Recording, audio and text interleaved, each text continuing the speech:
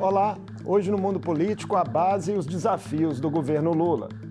Em 5 meses, a nova gestão do Planalto retomou diversos programas, mudou diretrizes, mas ainda não consolidou maioria no Congresso e sofreu derrotas recentes na Câmara.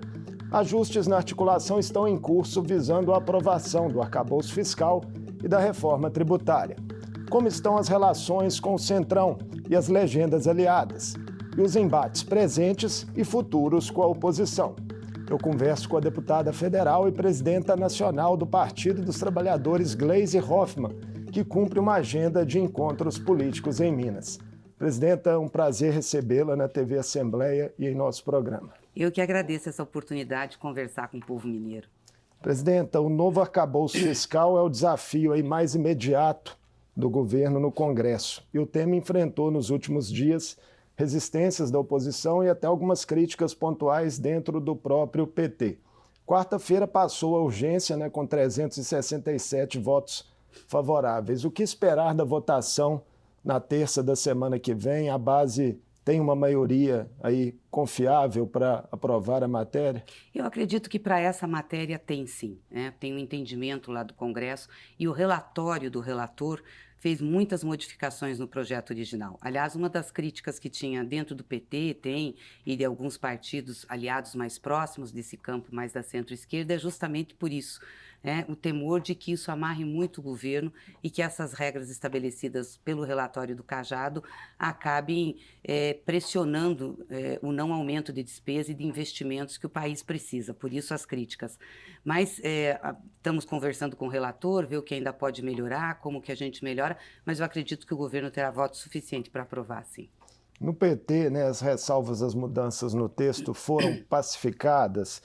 Segundo a repórter Vera Rosa do Estadão, ali Lula teria avisado que não aceitaria dissidências. Não, jamais seria essa a postura do presidente Lula, conheço ele. Lula pode pedir para votar, pode pedir ao PT, fazer um apelo, mas ele jamais vai impor qualquer coisa. O Lula é democrático e o PT é um partido que tem vida, discute, debate. Eu acho que uma das coisas importantes, e talvez esteja aí a força do PT, é exatamente por isso, porque é um partido que debate todas as matérias.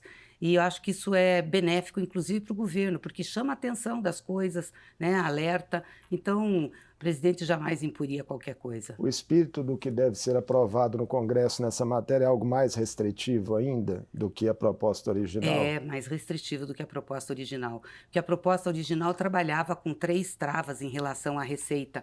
Agora a gente voltou a ter, por parte do relator, o contingenciamento de despesas. E quando você tem um orçamento muito amarrado, acaba que, para contingenciar a despesa, vai ter que cortar em algum lugar. O nosso temor é que exatamente reduza os recursos de investimento. Nós precisamos, no país, investir, precisamos de infraestrutura, mas mais do que isso, o investimento gera emprego, faz crescimento econômico. Então, esse é o nosso temor. A Fazenda parece que está ok, por enquanto. Porque na realidade nós também temos uma correlação de forças no Congresso. Obviamente que se a gente quisesse uma proposta só nossa, nós teríamos que ter maioria. Nós não temos, então negociar faz parte da vida política. Após as derrotas do governo na Câmara, ali nos decretos que modificavam o marco do saneamento, sim, a senhora participou de reuniões de ministros da articulação política com presidentes e dirigentes de legendas de partidos aliados. O que foi cobrado e acertado ali? Na realidade, não é fácil você consolidar uma base com um Congresso tão conservador como nós temos hoje. O presidente Lula se elegeu, mas nós fizemos uma bancada, esse grupo, esse grupo de centro-esquerda, enfim, fez uma bancada de 140 deputados, numa casa que tem 513. Então, majoritariamente conservadora, mais de direita, e a gente começou a construir a base e a tentar consolidar. Mas isso leva um tempo, porque não é fácil, por exemplo, um partido como União Brasil, que é totalmente oposto às nossas ideias, visão de economia, enfim, projeto, vir para a base e aderir a tudo, ou votar com tudo, Embora eu acho que como ele está na base, tem que fazer isso, Está com o Ministério, teria que fazer. Não só a União, MDB, PSD também são partidos que têm ministérios, mas que têm votado pontualmente contra o governo. Nesse caso do decreto foi muito ruim, Eu acho muito ruim. Em outras matérias, a dissidência é pequena nesses dois partidos. Mas a gente tem que ir conformando. O presidente fez uma cobrança, enfim, do governo, dos partidos, a mim também, que a gente tem que cumprir os acordos que são feitos com o Congresso, né? As colocações das indicações dos partidos, tinha a liberação de emendas, enfim, ele pediu um esforço nesse sentido. Eu acho que a coisa está se alinhando. Falando nas emendas, né, o ritmo de pagamento de fato foi acelerado recentemente, após cobranças que, segundo a imprensa, foram feitas diretamente pelo presidente da Câmara, Arthur Lira, a Lula. O governo hoje está em que medida, deputada, dependente de Lira e dos partidos ali que gravitam em torno da liderança dele? Não, tem uma maioria, como eu te disse, que é conservadora e nós precisamos articular com essa maioria conservadora. O Lira é o presidente da Câmara, presidente de um poder, não é da articulação política do governo, né? Nem é ele que tem que fazer a articulação. É nós que temos que fazer, a liderança de governo, que tem que trazer os partidos. E, obviamente, ter uma relação com o Lira de conversa, de diálogo e de cumprimento dos acordos feitos. Ao mesmo tempo, né, em que faz cobranças ao governo, o Lira tem se comprometido publicamente com o calendário pelo qual a Câmara aprovaria ainda neste primeiro semestre a reforma tributária, que é outra pauta importante para o governo. Como é que a senhora tem visto essa construção específica, mudanças no sistema de impostos do país? Será que finalmente vão sair do papel, né, depois de tantas tentativas frustradas? Veja, essa é uma parte da reforma tributária. Ela diz respeito à parte do consumo, os impostos sobre consumos. Ela visa o quê? Uma unificação de impostos, né, com alíquota também unificada para o Brasil, e uma simplificação do sistema tributário. Então, ela vai ser bastante benéfica, inclusive para o setor empresarial, acho que vai ter impacto também para o consumidor. E nós temos uma segunda parte, que aí são sobre os impostos de patrimônio e de renda, que essa eu julgo bem importante, porque é nela que a gente tem condições de fazer justiça tributária. Ou seja, quem é mais rico paga mais, quem é mais pobre paga menos. É isso que a gente está querendo. E aí você tem que tributar grandes fortunas, jatinhos, esse tipo de coisa. Essa segunda parte pode demandar mais tempo, mais negociação? Eu acredito que sim, porque o que está negociado agora pelo ministro Haddad é essa primeira parte, que segundo o presidente Lira, ele já quer começar a fazer a discussão agora em junho. Temos um deputado federal mineiro na linha de frente da articulação, né? Reginaldo Lopes. Sim, exatamente, ele tem se dedicado muito ao tema. Então, deputada, em outra votação essa semana, a base do governo, né, se dividiu. Foi ali na apreciação da PEC, a proposta de emenda à Constituição, que concede perdão de multas a partidos políticos que descumpriram ali cotas raciais, regras de gênero também impostas pela Justiça Eleitoral. Quanto à Federação PSOL-Rede foi contra, o PT votou a favor. Essa anistia não vai na contramão de discursos por maior representatividade e diversidade na política? Olha, na realidade, essa PEC tem a ver com o papel do Tribunal Superior Eleitoral. O que nós temos ultimamente por parte do TSE, principalmente do corpo técnico que faz a análise dos partidos, são multas que são inexequíveis. Eles aplicam multas que é difícil de pagar, você não tem condições e pode ter comprometimento com a vida dos partidos. Por isso que nós estamos tendo reiteradas anistias. Já conversamos com o TSE, mas não há por parte do TSE uma sensibilidade. Porque a multa ela tem que ser pedagógica, não é para matar o indivíduo, é para ser pedagógica. E não é o que tem acontecido. Então, e quando a gente discutiu essa PEC, eu até falei o seguinte, agora nós temos que colocar na PEC as cotas. Porque as cotas de mulheres, tanto da utilização do fundo como da representação nas chapas, é lei. As cotas raciais não é uma lei. As cotas raciais estão numa regulamentação do TSE.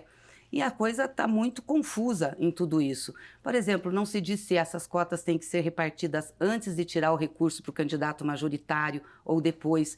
Os candidatos se autodeclaram negros ou pardos. Nós tivemos um problema que muita gente que não é nem negra nem parda se autodeclarou. Corrigimos isso internamente no PT, mandamos para o TSE não quis aceitar. Tem problemas recorrentes com candidaturas laranjas, né, femininas. Também tem problema recorrente. Então, o que nós precisamos, que eu acho que tem que ter nessa PEC, que vai ser discutido agora o conteúdo dela? Além da multa, que tem que ser uma multa exequível, ou seja, o partido ter condições de pagar dentro da sua realidade sem se desestruturar, nós precisamos também ter penalidades políticas.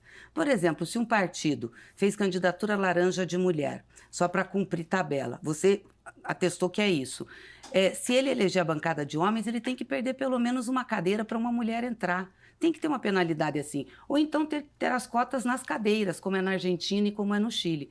O PT cumpriu as cotas. Nós temos as cotas de mulheres plenamente cumpridas. Vamos ter problemas com essas de negros e negras por conta da autodeclaração e da candidatura majoritária. Então, isso foi um problema para nós. Mas nós elegemos a maior bancada negra da nossa história no Congresso Nacional e dobramos a nossa bancada feminina. Sempre tivemos muito compromisso com as cotas. Tanto que na direção do partido, 50% são homens e 50% mulheres. Vamos falar agora de outro assunto que ocupa muito tempo da senhora, os embates com a oposição, né, que têm sido mais acalorados aí em torno das CPIs.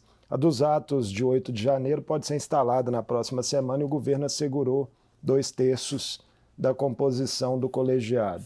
Inicialmente, havia até uma resistência do governo em relação à criação dessa comissão. Qual deve ser a linha de atuação da base agora?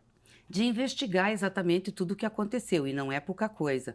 Quando a gente pega, desde depois da eleição de outubro para cá, a sequência de atos, de atitudes que esse grupo do Bolsonaro fez, você vai encadeando que eles são os grandes responsáveis pelo que aconteceu em 8 de janeiro. Organizadores, inclusive com nomes, com pessoas que financiaram, com pessoas que participaram, que organizaram, que estavam nas frentes dos quartéis. Então, isso, a bem da democracia, tem que ser investigado e as pessoas responsáveis têm que ser punidas para que não volte a acontecer. Nós não podemos ter de novo depredação dos poderes instituídos, querer fazer golpe de Estado. Nós estamos construindo nossa democracia desde o advento da Constituinte e não podemos agora arrefecer. Então, eu acho que essa CPMI, ela tem a oportunidade do campo democrático se fortalecer. Uma segunda CPI, a do MST, tem a relatoria e a presidência com a oposição. É um foco potencial de desgaste preocupante para o governo? Eu acho que é o que eles querem, porque não tem lógica e nem fundamento essa CPI do MST. Não tem motivo, objetivo. Ela foi uma instalação meramente de decisão política, sem se resguardar com o objetivo que prevê o regimento interno para a instalação de CPIs. Eu acho que eles pretendem fazer isso. E eu acho que a gente tem que fazer uma conversa séria, aproveitar isso para fazer uma conversa séria. O que é o MST? É o maior movimento social organizado do Brasil hoje, muito importante, que luta pela reforma agrária, sempre fez suas lutas, mas também que ajuda na produção do país. São inúmeras as cooperativas de produtos do MST, cooperativas de arroz, de laticínio, de queijo, de leite, de erva mate, ou seja, tem produção, né? E não tem por que ter esse confronto entre MST e agronegócio. O agro é importante para o nosso país, exportador de grãos, né, ajuda na economia, fundamental, mas o MST e a agricultura familiar é que põe comida na mesa do povo. Quem produz arroz, feijão, mandioca, enfim, batata, são esses agricultores. Então não tem por que fazer essa contraposição. Acho que nós temos que serenar os ânimos e cabe todo mundo no Brasil. Outro campo de batalha com a oposição são as redes. O governo Lula reativou nos últimos meses, né, programas sociais como Bolsa Família, Minha Casa Minha Vida, Mais Médicos, uma agenda positiva, mas, segundo especialistas, tem perdido disputas narrativas em plataformas digitais. Como que a senhora vê a cobrança de aliados e analistas por uma comunicação melhor do governo? Eu acho bom, porque vai pressionando o governo e também nós do PT a melhorarmos a comunicação de redes. Acho que nós já melhoramos bastante. Se nós pegarmos o que foi a campanha de 18 e o que foi a campanha de 22, a gente conseguiu se posicionar nesse campo de batalha. Mas, de fato, ainda falta muito. E o governo tem uma característica, né? Ele é mais lento por natureza em tudo, por conta da burocracia estatal, por conta de como as coisas têm que ser feitas. Mas eu acho que logo isso pega um rumo e vai dar certo. A ausência de parlamentares de esquerda, né, ali no topo dos rankings de popularidade digital que hoje são feitos aí no Congresso, gera debates internos sobre essa situação? Gera, mas você tem que também ver o seguinte, muitas vezes a rede social, para você ter uma interação maior ou ter uma exposição maior, você tem que fazer coisas apelativas, entendeu? Gravar lá do meio do plenário, gritar, falar. Eles fazem muitas fake news. A mentira é muito mais divertida do que a verdade. Essa é a grande verdade é essa. Então, eles têm mais facilidade, eles não têm compromisso com a verdade, nem compromisso com o que está acontecendo no país e ficam o dia inteiro fazendo aquele tipo de ação. Nós temos mais dificuldades para isso, a gente tem muito mais responsabilidade no que fala, como fala, em levar a verdade para as pessoas, e isso realmente nos tira essa competitividade de exposição. Mas eu acho que a gente pode melhorar mesmo nesse nosso caminho e se dedicar mais às redes sociais. Um pano de fundo, né, desses embates também é o projeto de regulação das redes, Sim. que tramita na Câmara, chegou a ser pautado no início desse mês, depois foi retirado de pauta ali, havia uma perspectiva até de derrota naquele momento. Mas a construção continua. Como é que a senhora está vendo o desenrolar desse debate no Congresso? Tem um relator, né, que é da base do governo, o deputado Orlando Silva. Não, eu acho que nós vamos votar. O projeto tratava da regulação das redes para combate a fake news e também entrou no projeto a questão do pagamento a conteúdo jornalístico, a remuneração dos blogs, do YouTube, enfim, e isso gerou muita divergência. Então, o que está acontecendo agora? Decidiu se separar. Então, fazer um só da regulação com combate às fake news, depois faz um outro projeto da remuneração do conteúdo jornalístico, da remuneração dos youtubers, né, e um sobre a questão de direitos autorais. Eu acho que fica mais fácil, porque são matérias que, embora correlatas, elas não são, como que se diz, ligadas, têm que ser votadas juntas. Não, elas podem fazer. Eu acho que o que nós precisamos agora é o combate à fake news. É a questão da regulação mínima para que a mentira não vença. Os críticos, né, à proposta falam muito em risco de censura, ameaças à liberdade de expressão. Não acredito nisso. Veja, toda a nossa televisão é regulada. Você tem regulamento sobre isso. Rádios, TVs, enfim, tem regulação. Nós vivemos num país regulado, onde se regula a questão da energia elétrica, se regula a questão da água, se regula o petróleo, por isso tem as agências. Por que a rede não pode ser regulada para evitar mentira? Porque uma coisa é a liberdade de expressão, eu vir aqui, colocar minhas ideias, debater com você, divulgar as ideias. A outra coisa é eu mentir. A outra coisa é eu te ameaçar. Nós estamos tendo isso nas redes sociais, vivendo com ameaça de morte, gente com arma na mão, incitando o ódio, a violência. Isso não é liberdade de expressão. Então, esse tipo de coisa tem que ser coibido. E o projeto está relacionando o que é. Tem uma questão central ali que está gerando muito debate, que é a quem caberia a fiscalização, né, uma vez aprovado um regramento. Se seria um órgão autônomo ou se isso ficaria a cargo da Anatel. O PT tem uma posição fechada a respeito disso? Nós ainda não fechamos com o relator. A gente acha que teria que ser um órgão autônomo, mas é muito difícil ali naquele contexto dizer o que seria esse órgão autônomo e a sua composição. Então tem uma parte que acha que tem que ser a Anatel. Talvez a gente possa chegar a um meio termo, quer dizer, colocar a Anatel até a criação de um órgão autônomo que tivesse foco nas redes sociais. Porque parece que a Anatel atualmente já tem alguns problemas estruturais, né, assim, de dificuldade mesmo operacionais para lidar com o que já tem sob a sua responsabilidade. Sob sua responsabilidade e regulação. É verdade, tem, mas também tem know-how, né? Tem conhecimento de regulação, sabe, funcionamento das outras mídias. Então, eu acho que o deputado Orlando ainda vai sentar para discutir isso melhor. Tem aquela coisa também das Big Techs serem equiparadas a empresas de comunicação, que é uma defesa que vem sendo feita pelo próprio ministro Alexandre de Moraes. Na realidade, eu não sei se essa parte vai entrar aqui na regulação das fake news ou fica para a questão do conteúdo jornalístico. Então, vamos falar agora de Minas Gerais, né? Importante a senhora estar aqui no nosso estado fazendo essa visita. O PT faz oposição ao governo Zema, né, ao governo estadual, que tem pendências importantes a resolver com o governo federal. Por exemplo, o acordo de recuperação fiscal em tratativas com o Ministério da Fazenda. Na sua avaliação, presidenta Gleisi, o governo Lula deve priorizar em Minas quais políticas públicas? Bom, primeiro só sobre o acordo de recuperação fiscal, é importante dizer que do ponto de vista do conteúdo que a lei deu a ele, nós somos contra fazer um acordo em que obrigue os estados a privatizarem, a congelar salário de servidores, nós somos contra. Então, nós temos um problema aí com esse acordo. Por outro lado, também, o estado não pode ficar cavalheiro, porque hoje o estado não paga a sua dívida, né, fica com os recursos, né? Tem liminares, então vai ter que se achar uma saída. O ministro Haddad tem conversado muito aqui com os deputados mineiros, fez reunião para entender bem e ver de que forma a gente pode encaminhar isso, porque tem uma coisa que tem que ser resolvida. E do ponto de vista de políticas públicas, obviamente que o presidente quer priorizar investimentos, né? Tanto que nós colocamos no orçamento, com aquela PEC da transição, um valor expressivo de investimentos e principalmente no DENIT para recuperação de estradas. Isso já tem começou. sido um problema recorrente no interior mesmo, má Isso. condição das estradas E isso já federais. começou a ser executado, sabe? Já o Ministério dos Transportes já começou a liberar para fazer essa recuperação, isso é importante. Projetos como Minha Casa Minha Vida, para dar habitação às pessoas e também para gerar emprego. Mais médicos, que a gente sabe da importância que tem. Minas tem mais de 800 municípios, conseguir médico para atender todo mundo nesses municípios é difícil. Então, até o final do ano serão contratados 25 mil médicos para atender o Brasil. O Bolsa Família, que foi recuperado, enfim, e investimentos específicos que Minas precisa. O presidente já falou, depois da eleição, do compromisso que ele tem com o povo mineiro e a gratidão que ele tem, né? Minas deu a eleição para o presidente Lula. As críticas públicas que o governador Romeu Zema tem feito ao governo Lula e o horizonte de 2026 podem atrapalhar a relação federativa entre a União e o Estado?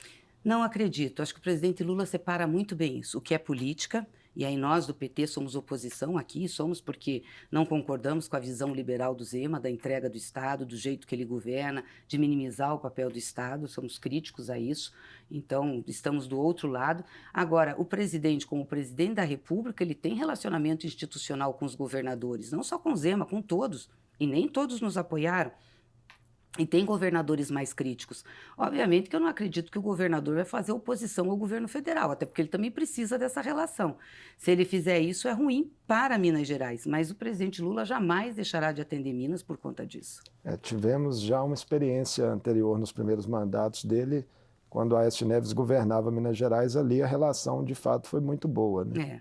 Mas tem que ser uma relação de respeito institucional. Não é que o presidente concorde com as ideias do Zema ou vice-versa, mas tem que encaminhar as coisas que têm interesse do Estado, do povo mineiro. Nessa vinda a Minas, a senhora tem agendas, né, em Contagem, maior cidade dirigida pelo PT no país, pela ex-deputada Marília Campos, e irá ainda a Teoflotone, no Vale do Mucuri, e Montes Claros, no norte de Minas. A programação inclui também, né, reuniões com o presidente da Assembleia, com outros prefeitos, vices, vereadores do PT no estado, movimentos sociais e de mulheres, muita coisa. Bastante. Tudo isso já é parte da preparação do partido para as eleições municipais do ano que vem? Também. Com certeza a eleição tem um foco nosso muito grande, porque vai ser uma eleição importante e, obviamente, que ela vai ter também um papel depois importante na eleição de 26. E nós precisamos aumentar e queremos aumentar o nosso número de prefeitos, prefeitas, de vereadores, vereadoras. Então, eu tenho feito uma rodada em vários estados exatamente para conversar com os nossos dirigentes, nossos parlamentares, para a gente ir se organizando para 24. Não dá para deixar para decidir as coisas em 24. Nós temos que ter as definições das candidaturas, da política de alianças, de como nós vamos fazer a campanha nesse ano. Então, por isso, as reuniões com os nossos dirigentes, com os nossos deputados, também com as mulheres, para fortalecer a presença das mulheres nas eleições. É uma primeira de outras visitas que vão ocorrer no estado nesse sentido. A gente sabe que Minas é muito grande, né? O partido tem prefeituras em outras regiões também. Eu não consegui dessa vez visitar a Margarida, em Juiz de Fora, eu quero ir. Então, da próxima vez, nós vamos visitar a Margarida e fazer o outro lado do estado. Então, o partido tem metas assim definidas, específicas para essa eleição municipal. O PT em Minas perdeu espaço em relação ao que já teve no passado, né, nas últimas eleições, que foram, de fato, as últimas eleições municipais difíceis para o partido como um todo, né, não só em Minas Gerais. Eu acredito que essa eleição nós vamos ter mais facilidade. Primeiro porque aquela coisa contra o PT, aquela perseguição, ela já arrefeceu muito. As pessoas começaram a entender que houve uma barbárie quase contra o partido, o presidente Lula. E o fato de também ter Lula na presidência ajuda muito. E, claro, o sucesso do governo, porque se o governo for bem, isso tem impacto também nas eleições municipais e na nossa disputa. Nós não conversamos ainda sobre números, qual seria a meta. Nós estamos fazendo os levantamentos nos estados, eu tenho visitado, mas nossa direção tem trabalhado para que a gente possa, no segundo semestre, ter avaliação concreta e poder dizer, olha, aqui nós podemos disputar e ganhar, aqui não podemos. Então, ter uma meta bem factível. Aqui no estado, as conversas estão centradas nesse momento com a federação ou outros partidos aliados no campo federal também já estão sendo incluídos? Não, a direção estadual já está fazendo conversas aqui. O presidente Cristiano me relatou que tem conversado com os partidos, principalmente desse nosso campo, né? Mas eu hoje vim aqui com o objetivo de conversar mais com o PT mesmo, uma primeira fase da nossa organização e com a federação, né? Discutir, porque agora estamos juntos. Para terminar nossa conversa, queria tocar num assunto que ganhou as manchetes do país e que tem ligações com o estado da senhora, o Paraná, né? A cassação do mandato do deputado Deltan Dallagnol, né, que foi uma figura central aí no processo político do país nos últimos anos, na condenação que o ex-presidente Lula sofreu. O deputado tem se dito, né, vítima de revanchismo e responsabilizado o próprio governo pelo ocorrido. Como é que a senhora viu a questão? Olha, o deputado foi julgado pela lei que ele mesmo ajudou a fazer. Ele não era parlamentar, mas mobilizou, pressionou, que foi a lei do ficha limpa. Foi nessa lei que ele foi julgado. Quer dizer, ele cometeu um ilícito, um crime.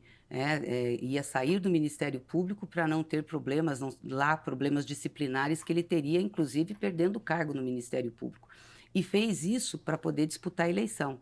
É o mesmo que vale para os deputados. Se você está num inquérito, né, na comissão de ética da Câmara, e sabe que vai ter problemas, e sabe que pode ser cassado pela casa, o deputado renunciava, porque aí podia vir candidato no outro mandato. E a lei da ficha limpa veio para isso. Foi eles que lutaram muito para que isso acontecesse, inclusive. E ele caiu exatamente nesse artigo. Então, é uma questão de justiça. Quer dizer, o que serve para um tem que servir para outro.